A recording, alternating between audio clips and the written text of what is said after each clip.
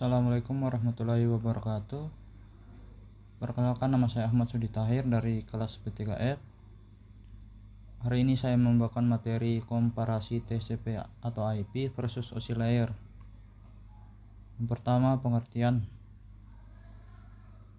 Arsitektur dan protokol komunikasi adalah jaringan dari transfer data melalui jaringan. TCP atau IP dan OSI layer adalah dua model yang digunakan untuk menjelaskan proses transfer data. Yang kedua ada model TCP atau IP. TCP atau IP itu merupakan model arsitektur jaringan yang terdiri dari 4 layer. Ada aplikasi, ada transport, internet, dan jaringan.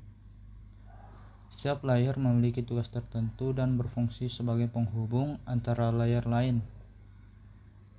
TCP atau IP digunakan pada internet dan merupakan model yang paling umum digunakan saat ini.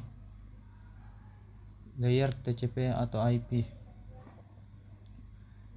Pertama ada layer aplikasi yang berisi protokol seperti HTTP, FTP, dan SMTP.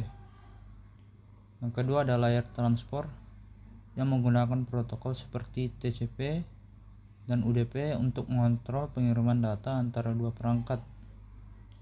Yang ketiga ada layer internet yang berisi protokol IP yang bertanggung jawab untuk mengirimkan paket data melalui jaringan. Yang terakhir ada layer jaringan yang berisi protokol seperti Ethernet dan Wi-Fi yang bertanggung jawab untuk mentransmisikan data ke perangkat. Model OSI layer.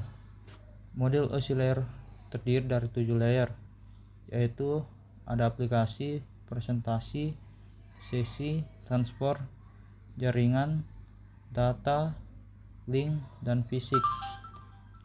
Model ini digunakan untuk menggambarkan hubungan antara perangkat yang berbeda dan memberikan kerangka kerja untuk mengembangkan protokol komunikasi.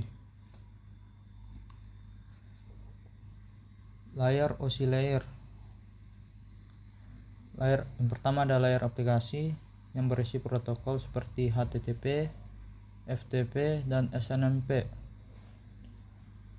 Yang kedua ada layer presentasi yang bertanggung jawab untuk memformat data agar dapat ditransmisikan antara perangkat yang berbeda. Yang ketiga ada layer sesi yang mengatur koneksi antara perangkat dan memastikan bahwa koneksi tersebut dapat dipertahankan selama waktu yang diperlukan. Yang keempat ada layer transport yang menggunakan protokol seperti TCP dan UDP untuk mengontrol pengiriman data antara dua perangkat atau dua device. Yang kelima ada layer jaringan yang berisi protokol seperti IP dan ICMP yang bertanggung jawab untuk mengirimkan paket data melalui jaringan.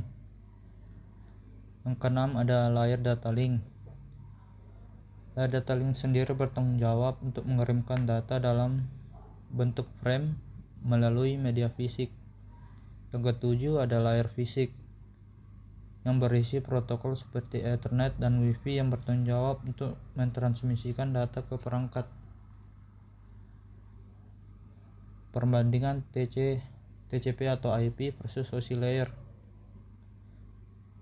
Pertama, meskipun memiliki jumlah layer yang berbeda, kedua model memiliki beberapa layer yang serupa seperti layer aplikasi, transport, dan jaringan. Yang kedua ada TCP IP lebih sederhana dan efektif dalam penggunaannya, sedangkan OSI layer lebih rumit dan jarang digunakan. TCP IP digunakan sebagai mode standar di internet, sedangkan OSI layer sering digunakan sebagai referensi dan panduan dalam pengembangan protokol komunikasi. Sekian dari saya, kurang lebihnya mohon dimaafkan. Wassalamualaikum warahmatullahi wabarakatuh.